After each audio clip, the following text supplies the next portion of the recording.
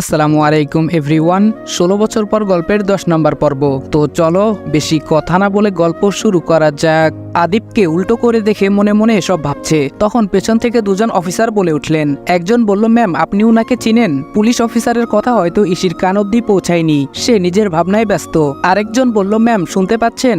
এতক্ষণে ধ্যান ভাঙে। ইসি বলল, হ্যাঁ বলুন কি বলছিলেন আপনারা। প্রথমজন বলল, ম্যাম আর ইউ ওকে? ইসি বলল, ইয়েস আই এম ফাইন। আপনারা কি বলছিলেন বলুন। দ্বিতীয়জন বলল, ম্যাম বলছিলাম আপনি ছেলেটাকে চিনেন? অফিসারের কথা শুনে এতক্ষণে ইসির পুরোপুরি সেন্স ফিরে আসে। সে আবারও আদিবের কাছে যায়, হাতের পালস চেক করে দেখে এখনো বেঁচে আছে। ইসি বলল, অফিসার এখনো বেঁচে আছে, তাড়াতাড়ি অ্যাম্বুলেন্সে কল করুন, ফার্স্ট ওকে বাঁচাতে হবে, বাঁচানোটা জরুরি। অফিসার বলল, ওকে ম্যাম বলে অফিসার ফোন হাতে নিয়ে কল দেয় অ্যাম্বুলেন্সকে। আর এদিকে অগ্নি এবং আয়াস দুজনেই আদিবের জন্য বাইরে অপেক্ষা করতে থাকে। আয়াস বলল, স্যার এখনো ফিরছে না কেন বলতো? অগ্নি বলল, বুঝতে পারছি না, এত দেরি হওয়ার তো কথা নয়। আয়াস বলল, কোনো বিপদে পড়েনি তো?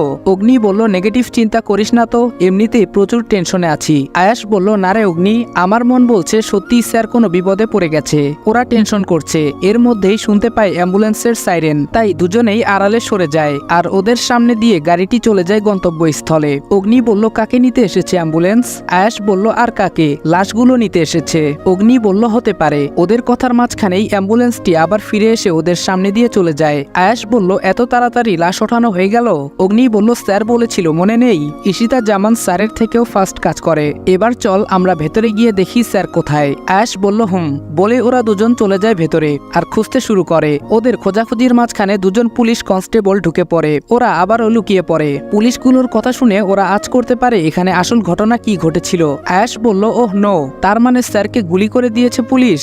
অগ্নি বলল, এবার কি হবে? অন্যদিকে সুজনের মুখে হাসি ফুটে উঠেছে, তাই সে ল্যাপটপটা বন্ধ করে আদিকে কল দেয়। কিন্তু দুর্ভাগ্যবশত আদির ফোনটি স্পটেই রয়ে যায়, তাই ফোন বাজতে বাজতে কেটে যায়। অনেকবার ট্রাই করেও কোনো কাজ হয় না, তাই সে ফোন করে অগ্নিকে এবং আয়াসকে, কিন্তু ওদেরও ফোনে পায় না। কিছুটা বিরক্তি নিয়ে রুম থেকে বেরিয়ে যায় সুজন, কিন্তু তারও কপাল খারাপ, সে বিড়বিড় করতে করতে বের হচ্ছিল, তাই বিপরীত দিক থেকে আসা বিপদ সংকেতটা টের পায়নি। হয়ে যায় যা হওয়ার। ধাক্কার টাল সামলাতে না পেরে নিশি নিচে পড়ে যায়, আর সুজন ওকে তোলার চেষ্টা তো দূরে থাক, ওর মুখের দিকে তাকিয়ে চোখ বড় বড় করে ফেলে ভয়ে। সুজন বলল, যেখানে বাঘের ভয় সেখানেই সন্দেহ হয়। নিশি বলল, ইউ ইডিয়েট বলেই উঠে দাঁড়াতে যাবে, কিন্তু আচমকা পড়ে যাওয়ায় তার চোটটা একটু বেশি লাগে, আর সে আবারও ওমা বলে চিৎকার দিয়ে মেঝেতে বসে পড়ে। এবার আর সুজন চুপ করে থাকেনি, সে হাত বাড়িয়ে নিশিকে সাপোর্ট দেওয়ার জন্য এগোলে নিশি বলে, ডোন্ট টাচ মি। সুজন বলল, ম্যাম আপনি তো উঠতে পারছেন না। কথাটা বেশ তোতলাতে তোতলাতে বলে সুজন। নিশি বলল, চেয়েছেন তো এটাই তাই না, যেন পড়ে যাই, আমার কোমরটা ভেঙে যাক, আমি পঙ্গু হয়ে থাকি, আর তারপর আর আমার বিয়ে হবে না। সুজন বলল, ছি ছি ম্যাম, এগুলো কি বলছেন? আমি কেন আপনার ক্ষতি চাইবো? নিশি বলল, জাস্ট শাট আপ। সুজন বলল, ওকে। নিশি বলল, এই বাড়িতে কি করেন, নিজের বাড়ি নেই? সুজন কিছু বলল না। নিশি বলল, কালকেই চলে যাবেন এ বাড়ি থেকে, আমি যেন আর দ্বিতীয়বার আপনার মুখ না দেখি। সুজন বলল, ওকে। নিশি বলল, কি ওকে?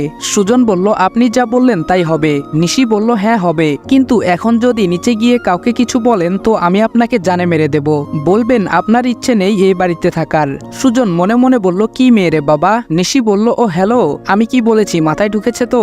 সুজন বলল, নিশি বলল, গুড বলে নিশিতা চলে যায় সুজনের সামনে থেকে। সুজন হাবলার মতো দাঁড়িয়ে থাকে এখানেই। হ্যালো বন্ধুরা, আজ আমি ওয়ানেক্স নামের একটি অ্যাপ সম্পর্কে বলছি, যেটি সবচেয়ে বিশ্বস্ত। বিখ্যাত পিএসজি ও সিরিয়া এখানে স্পন্সর। এশিয়া কাপ চলছে, এটাই ক্রিকেট প্রেমীদের জন্য দুর্দান্ত সুযোগ। এখানে সমস্ত ক্রিকেট, ফুটবল ও অন্যান্য ম্যাচের ফলাফল এবং ম্যাচটি লাইভ দেখতে পারবে ও স্কোরের ভবিষ্যৎবাণী করে নগদ জিততে পারবে, যেমন কোন দল জিতবে, কত রান করবে ইত্যাদি। এছাড়াও এখানে রয়েছে বর্তমানে বিখ্যাত চিকেন রোড ও ক্রাশ গেম সহ বিভিন্ন ধরনের গেমস, যেগুলো খেলে রয়েছে খুব সহজেই অর্থ জেতার সম্ভাবনা। তোমরা কি নতুন? তাহলে মাত্র 300 দিয়ে তোমরা এখানে খেলা শুরু করতে পারো। BMW গাড়ি, আইফোন, ল্যাপটপ, অন্যান্য পুরস্কার রয়েছে প্রত্যেক দিন। তবে আমার সাবস্ক্রাইবাররা রেজিস্ট্রেশন করার সময় আমার প্রচার কোড অনফায়ার ব্যবহার করলে প্রথম জমাতে পাবে 12,000 পর্যন্ত ও ফ্রি স্পিন। পেটিএম ব্যাংক, বিকাশ, নগদ, রকেট এবং অন্যান্য সহজ পদ্ধতির মাধ্যমে 1 মিনিটে জেতা রাশি নিজের অ্যাকাউন্টে নিতে পারবে। তাহলে আর দেরি কিসের? পিন কমেন্টের লিঙ্ক থেকে অথবা গুগলে ওয়ানেক্স বেট সার্চ করে আমার দেওয়া প্রোমো কোড অনফায়ার ব্যবহার করে রেজিস্ট্রেশন করো এবং বোনাস পাও। সুজন বলল, দাঁড়া, কেসটা আগে শেষ হোক, তারপর আমিও বুঝিয়ে দেব এই সুজন সরকারকে। আবারও বিড়বিড় করতে করতে নিচে চলে আসে সুজন। এদিকে আয়াস আর অগ্নি চলে আসে পুলিশের মুখ থেকে শোনা হাসপাতালের দিকে। হাসপাতালে পৌঁছে ওরা খুঁজতে থাকে আদিবের কেবিন। দুজন কাউকে কিছু জিজ্ঞেস করতেও পারছে না, যদি ধরা পড়ে যায় সে ভয়ে কি করবে কিছু বুঝতে পারছে না। অগ্নি বলল, নীরবদের ফোন দিয়ে জানানো উচিত। আয়াস বলল, সাথে সিনিয়র স্যারকেও, তারপর যা করার প্ল্যান মাফিক করতে হবে। এই বলে আয়াস ওর পকেট থেকে ফোনটা বের করে দেখে অনেকগুলো কল। ফোন সাইলেন্ট ছিল বলে শুনতে পাইনি। আয়াস বলল, এ তো সুজন স্যারের নাম্বার, অনেকগুলো কল আসছে। অগ্নি বলল, আমার ফোনেও স্যারের অনেকগুলো কল। আয়াস বলল, ঘটনাটা সুজন স্যারকে আগে জানানো উচিত। বলেই সে সুজনের নাম্বার ডায়াল করে। সুজন নিচে এসে দেখতে পায় সবাইকে, তারা কিছু নিয়ে আলোচনা করছে। সবাইকে বাড়িতে দেখে সে একটু অবাক হয়, কেউ আজ অফিস যায়নি কেন? যাকে এত কিছু ভেবে লাভ নেই। সুজনকে নিচে দেখেই মা ওকে বললেন, সুজন তুমি কফি খাবে? সুজন বলল, আন্টি, দিলে তো ভালোই হয়। মা বলল, বসো, আমি দিচ্ছি। সুজন সোফায় বসতে যাবে এমন সময় ওর ফোনটা বেজে ওঠে। সুজন বলল, হ্যালো। আয়াস বলল, হ্যালো স্যার, আমি আয়াস বলছি। ফোন আসায় সুজন কিছুটা সাইডে সরে আসে। সুজন বলল, বলো, কি খবর? তোমাদের তখন থেকে আমি ট্রাই করছি। আয়াস বলল, স্যার খবর ভালো নয়। সুজন বলল, কি? তারপর আয়াস পুরো ঘটনা খুলে বলে সুজনের কাছে। কথাগুলো শুনে সুজন স্তব্ধ হয়ে যায়। সুজন বলল, কি বলছো তুমি? মাথা ঠিক আছে তো? সুজনের চেঁচামেচি শুনে বাড়ির সবাই অবাক হয়ে যায়, আর সবাই জিজ্ঞাসু দৃষ্টিতে তাকায় ওর দিকে, যার কোনো খেয়াল ওর নেই। সুজন বলল, তোমরা থাকো, আমি এক্ষুনি আসছি। বলে ফোনটা কেটে সুজন দৌড়ে নিজের রুমে চলে যায়। আর বাকিরা অবাক হয়ে ওর যাওয়ার দিকে তাকিয়ে থাকে। কেউ ঘটনার আগাগোড়া কিছুই বুঝে উঠতে পারছে না। রুমে গিয়ে নিজের বাইকের চাবি আর হেলমেট নিয়ে বিদ্যুৎ গতিতে বেরিয়ে আসে সুজন। ও বের হবে এমন সময় বাবা পথ আগলে দাঁড়ায়। বাবা বলল, দাঁড়াও, কি হয়েছে? তুমি পাগলের মতো ছুটছো কেন? সুজন বলল, আঙ্কেল, রাজকে কেউ গুলি মেরে দিয়েছে। বাবা বলল, কি? বাড়ির সবাই অবাক হয়ে যায় কথাটা শুনে। ভাইয়া বলল, বলছো কি তুমি এসব? সুজন বলল, ভাইয়া। রোহান বলল, কোথায় আছে এখন উনি? সুজন বলল, সিটি হসপিটালে। ভাইয়া বলল, দাঁড়াও, আমিও যাব তোমার সাথে। রোহান বলল, আমিও যাব। একে একে বাড়ির সবাই বলে উঠে সবাই যাবে। সুজন বলল, আপনারা আস্তে আস্তে চলে আসুন, আমি গেলাম। কথাটা বলে সুজন আর এক মুহূর্ত দেরি করেনি সেখানে। সে বাইক ছুটিয়ে পৌঁছে যায় হাসপাতালের সামনে। এসে দেখে অগ্নিরা চারজনই আছে এখানে দাঁড়িয়ে। সুজনকে ঢুকতে দেখে ওরা এগিয়ে আসে। অগ্নি বলল, স্যার এসেছেন? সুজন বলল, কোথায় আদি? রাতুল বলল, স্যার তৃতীয় তলায় আছে। নীরব বলল, আমরা এখনো সামনে যাইনি স্যার, কেউ সন্দেহ করেনি আমাদের। সুজন বলল, গুড, তোমরা চলো আমার সাথে। বলে ওরা পাঁচজন লিফট দিয়ে থার্ড ফ্লোরে চলে আসে। সুজন বলল, সবাই একসাথে থাকলে সমস্যা হতে পারে, এখানে পুলিশ ছাড়াও আরো কেউ থাকতে পারে, সো তোমরা আলাদা আলাদা ভাগ হয়ে যাও। এমন ব্যবহার করো যেন প্রত্যেকের আলাদা আলাদা পেশেন্ট আছে, ওকে? ওরা বলল, ওকে স্যার। বলে ওরা চারজন ছড়িয়ে যায় আলাদাভাবে। আর সুজন দৌড়ে চলে যায় আদির কেবিনের সামনে। সুজন কেবিনের সামনে এসে দেখে ইসি দুজন লোকের সাথে কথা বলছে। কেবিনের সামনেই মনে হয় পুলিশের লোক হবে। সুজন বলল, রাজ কেমন আছে? ইসি কথাটা শুনে ঘুরে দাঁড়ায় সুজনের মুখোমুখি। ইসিকে পুলিশের পোশাকে দেখে সুজন কিছুটা অবাকের অভিনয় করে বলে, ম্যাম আপনি? ইসি বলল, ওহ এসে গেছেন বন্ধুকে বাঁচাতে। সুজন বলল, রাজ কেমন আছে ম্যাম? ইসি বলল, সেটা ডক্টর বলতে পারবেন, তবে যদি বেঁচে যায় আইনের হাত থেকে সে বাঁচতে পারবে না। সুজন বলল, মানে? এবার ইসির কথা শুনে সুজন কিছুটা অবাক হয়, কারণ সে ভাবতে পারেনি যে ইসি আদিকে সন্দেহ করে। ইসি বলল, মানেটা পরেই জানতে পারবেন মিস্টার। সুজন বলল, সুজন সরকার আমার নাম। ইসি বলল, তবে বন্ধুর সাথে আপনার কীর্তিও ফাঁস হবে মিস্টার সরকার। সুজন মনে মনে বলল, এ তো দেখি মাথামোটা অফিসার। ওদের কথার মাঝখানে বাড়ির সবাই হাসপাতালে এসে উপস্থিত হয়ে যায়। কেবিন নাম্বার জেনে নিয়ে তাড়াতাড়ি করে সবাই চলে যায় কেবিনের সামনে। সবাইকে একসাথে আসতে দেখে সুজন বলে উঠে, আপনারা এসে গেছেন। সুজনের মুখ অনুসরণ করে ইসি পেছনে ফিরে তাকায়। সে এতক্ষণ উল্টো দিকে মুখ ফিরিয়েছিল। বাবা বলল, রাজ কোথায়? এটুকু বলে ইসিকে দেখে থমকে যায়। শুধু বাবা নয়, বাড়ির সবাই রীতিমতো শক খেয়ে যায় ইসিকে পুলিশের ইউনিফর্মে দেখে। নিশি বলল, আপি তুমি এখানে? মা বলল, ইসি তুই এখানে কেন? আঙ্কেল বলল, তুই পুলিশের পোশাক পরেই বা আছিস কেন? সবাই একে একে প্রশ্ন করেই চলেছে। ইসি কিছু একটা বলার জন্য মুখ খুলবে তার আগেই একজন পুলিশ এসে ইসির হাতে একটা ফাইল ধরিয়ে দেয় আর বলে, ম্যাম এই দেখুন, রাজদীপ বলে কারো রেকর্ড আমাদের কাছে নেই। ইসি বলল, ছদ্মনাম ব্যবহার করছে সে। নাম আর ইসির মুখের কথা শুনে সবাই আবারও অবাকের চরম সীমায় পৌঁছে যায়। খালামণি বলল, ইসি কি বলছিস এসব? খালামণির কথা শুনে সেই পুলিশ অফিসারটি সবার দিকে অবাক হয়ে তাকায়। সে সে বলল আপনারা কারা? বাবা বলল আমরা ওর বাড়ির লোক। পুলিশ বলল ও আচ্ছা, উনি তো আমাদের আইপিএস অফিসার ঈশিতা জামান। আবারও সবাই আরেক ধাক্কা শক খায়। ভাইয়া বলল উনি এসব কি বলছে ঈশি? ঈশি বলল যা বলছে ঠিক বলছে। মা বলল তার মানে তুই পুলিশে কাজ করিস? ঈশি বলল হুম। বাবা বলল এটা আমাদের থেকে লুকিয়ে কেন রাখলি? ঈশি বলার আগেই পুলিশের লোকটি বলা শুরু করে তাদের টিম ওয়ার্ক সম্পর্কে আর ঈশির কাজ সম্পর্কে। আঙ্কেল বলল সবই বুঝলাম, কিন্তু তোরা রাজের পেছনে কেন লেগেছিস? আঙ্কেলের কথা শেষ করার আগেই একজন ডক্টর এসে উপস্থিত হন। এগিয়ে এলে ঈশিও সামনে যায়। ঈশি বলল ডক্টর, পেশেন্টের কি খবর? ডক্টর বলল দেখুন, বড্ড দেরি করে ফেলেছেন আপনারা। ডাক্তারের মুখে দেরি কথাটা শুনে এক মুহূর্তের জন্য সবাই কেমন যেন থমকে যায়। সুজন বলল কি বলছেনটা কি আপনি ডক্টর? আপনার মাথা ঠিক আছে? ডক্টর বলল দেখুন, উত্তেজিত হবেন না, শান্ত হন এবং আমার কথাটা শুনেন। সুজন বলল কি শুনবো আপনার কথা? কি শোনাতে এসেছেন? ঈশি বলল ডক্টর আপনি বলুন কি বলবেন। ডক্টর বলল দেখুন মিস জামান, আপনারা আসতে একটু দেরি করে ফেলেছেন। এইটুকু কথা শেষ করে ডাক্তার আর কথা বলতে পারেনি। এর আগেই রাতুল এগিয়ে এসে ডাক্তারের কলার চেপে ধরে। রাতুল বলল এই ডক্টর কি বলছেন হুম? ইয়ার্কি করছেন আমাদের সাথে? রাতুলের এমন আচরণ দেখে সবাই হতবাক হয়ে যায়। ঈশিও চিন্তিত হয়ে যায়, কোথায় যেন দেখেছে বলে মনে হয় ছেলেটাকে। তারপরেই হঠাৎ মনে পড়ে ওরা প্রিমিয়াম কোম্পানিতে একসঙ্গে জব করেছে। ভাবনা থেকে বেরিয়ে আবার সেদিকে ঘুরে তাকিয়ে লক্ষ্য করে শুধু রাতুল নয়, নীরব, আয়াস, অগ্নি এই তিনজনও আছে এখানে। ঈশি বলল বাহ, পুরো টিম এখানে উপস্থিত, অসাধারণ। কথাটা ঈশি মনে মনেই বলল। সুজন বলল রাতুল পাগলামি করো না, শান্ত হও। আয়াস বলল রাতুল উনাকে কথা শেষ করতে দে, কি করছিস? শান্ত হ প্লিজ। রাতুল এমন ভাবে ধরেছিল যে ডাক্তার আরেকটু হলেই পটল তুলতে চলে যেত। সবাই মিলে খুব জোরাজোরি করে রাতুলকে ছাড়িয়ে নেয় আর ডাক্তারও একটু হাফ ছেড়ে বাঁচে। রাতুলকে একটু সাইডে এনে নীরব ধমক দিয়ে বলে কি করছিস তুই এটা? উনাকে কথা বলার সুযোগ তো দিবি, এত মাথা গরম কেন তোর? রাতুল কোনো কথা বলছে না, শুধু শুনছে নীরবের কথা। অন্যদিকে বাড়ির সবাই আর হাসপাতালের দর্শকরা ঘটনার মাথামুন্ড কিছুই বুঝতে পারছে না। তারা সবাই বোকার মতো তাকিয়ে দেখেই চলেছে কাণ্ড কারখানা। সুজন বলল ডক্টর সাহেব আপনি বলুন। ডক্টর বলল আপনারা পুরো কথা না শুনে এত উত্তেজিত কেন হয়ে পড়ছেন?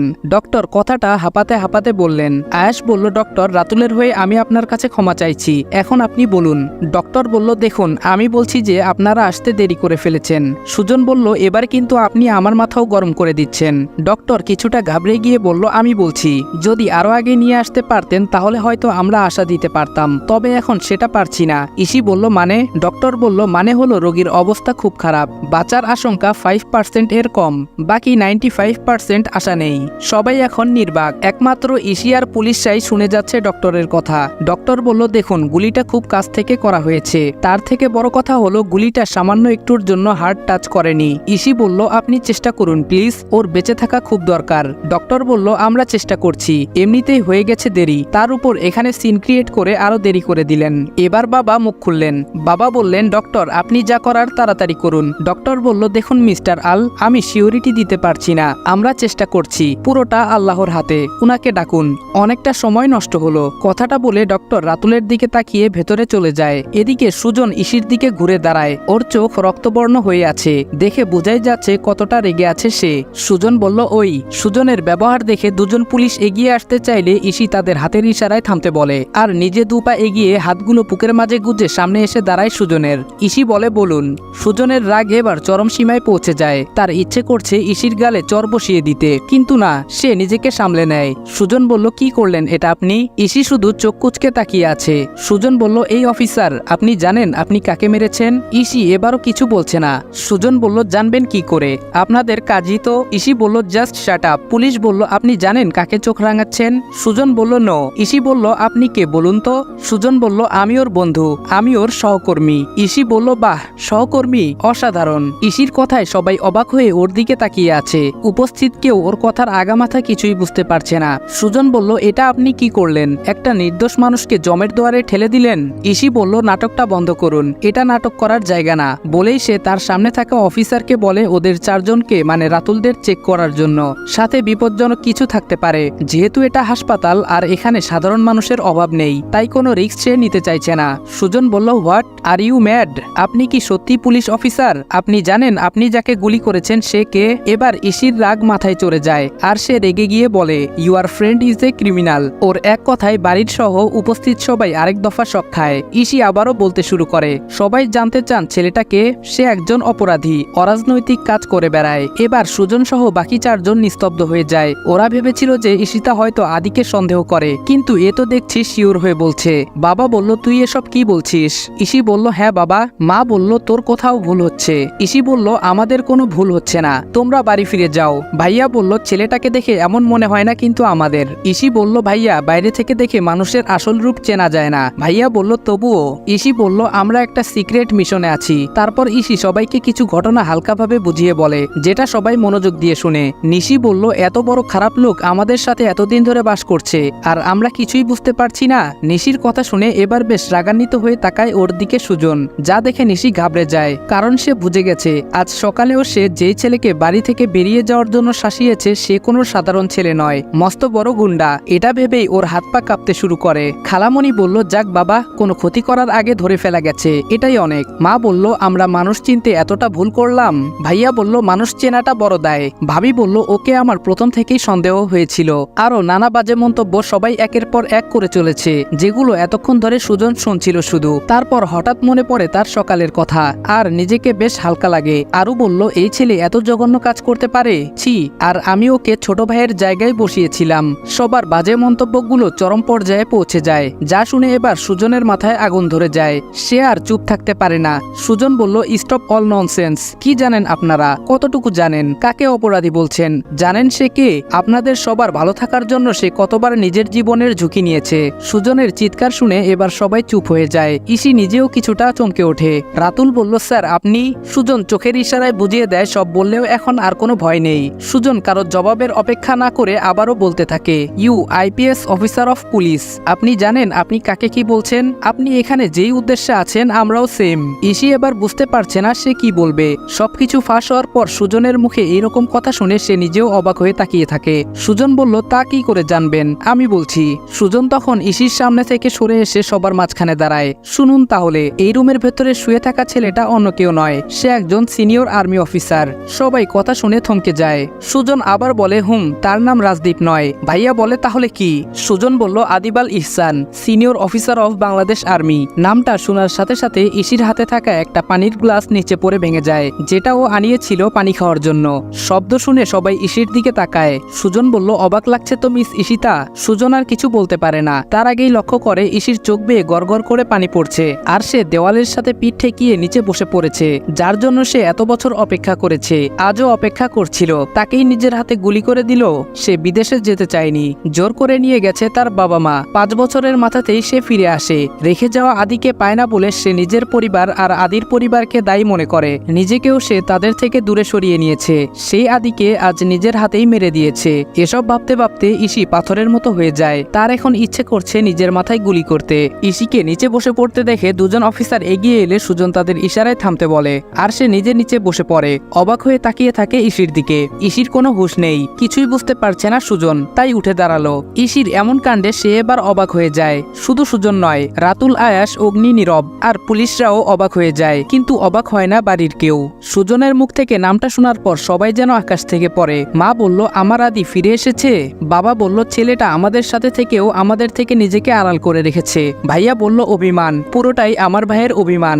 সবার রিয়েকশন আর কথাবার্তা শুনে সুজন কি বলছিল তাই ভুলে গেছে। সুজন বলল, কি ব্যাপার বলো তো রাতুল, ওরা কি বলছে এসব? রাতুল বলল, আমিও তো কিছু বুঝতে পারছি না। ছেলে ভাই মানে কি এসবের? ওরা 5 জনের মধ্যে একজনও এই বিষয়ে কিছু জানে না। আদি কোনোদিন পরিবার নিয়ে কিছু বলেনি ওদের। আঙ্কেল বলল, আচ্ছা তোমরা আদিকে কবে থেকে চিনো? মানে আমি বলতে চাইছি যে আদির পরিবার সম্পর্কে তোমরা কিছু জানো না?